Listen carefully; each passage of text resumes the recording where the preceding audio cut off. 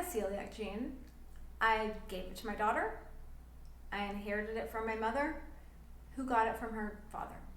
I have no idea what health problems celiac disease may have caused my grandfather, because I didn't know he had a celiac gene until I finally tracked it down through the genetics.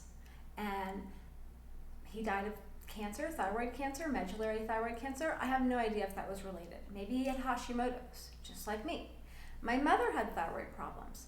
She also developed in her 30s schizophrenia, which I believe was an autoimmune encephalitis, neuroinflammation, basically triggered from celiac disease, creating inflammation and autoimmune reaction in her brain.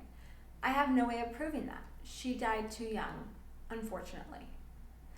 And then me, when I was 16, I was diagnosed with Crohn's disease and had part of my small intestine removed. Later to find out that I absolutely had to be on a gluten-free diet. I think if I had found that out before I was 16, I might have been able to keep all my parts, but I wasn't so lucky. And so when I learned that I have a problem with gluten and that I have a celiac gene and that I gave it to my daughter, as soon as she started talking about how she had stomach pain when she was 4 years old, I immediately had her tested.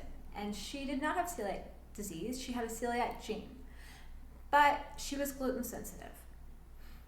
And so we got her off of gluten and the stomach pain went away. And I have kept her on a gluten-free diet since then, since she was 4. She actually, months before started having stomach pain, fell in the shower and hit her head and got a concussion. Whether the concussion allowed the celiac gene to get triggered by opening up the leaky gut, causing leaky gut, which concussions do cause leaky gut, I don't know. But I do know that I'm going to keep her on a gluten-free diet for as long as I can for the rest of my life, and if she makes bad decisions when she gets older, then that is on her.